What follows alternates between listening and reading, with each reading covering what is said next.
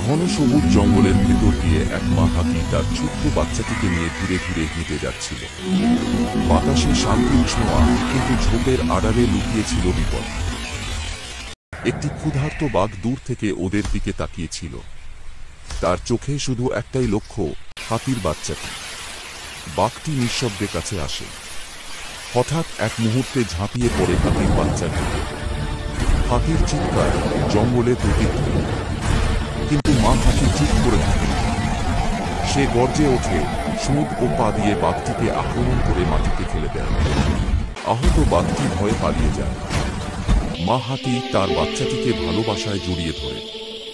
মা হাতি নরম কণ্ঠে বলে, ভয় পেও না বাছা, আমি আছি তোমার পাশে।